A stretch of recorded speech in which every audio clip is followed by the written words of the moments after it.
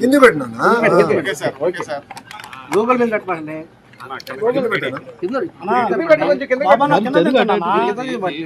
అందరికి నమస్కారం.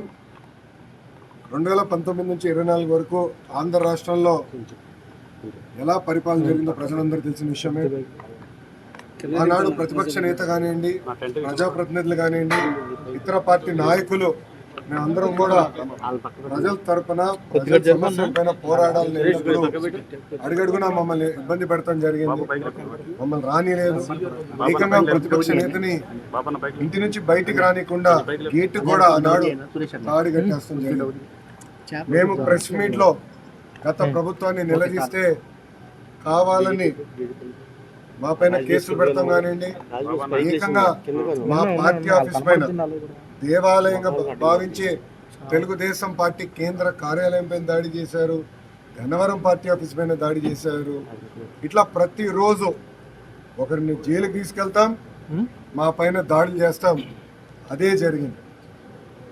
నేను ఆనాడు ప్రజలందరూ చెప్పాను.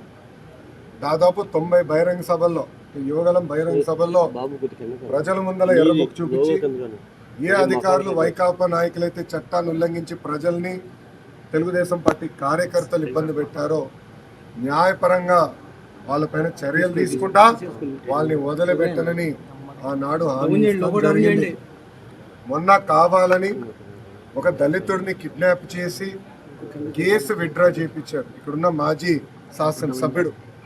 ఆ కిడ్నాప్ కేసే ఈరోజు, ఆ కిడ్నాప్ వల్లనే ఈరోజు ఆయన జైలుకి వెళ్ళే పరిస్థితి. అన్ని వాస్తవాలు బయటికి వస్తాయి. మాకు దాంట్లో ఎలాంటి సందేహం లేదు. న్యాయబద్ధంగా అన్ని చర్యలు మేము తీసుకుంటాం. No questions.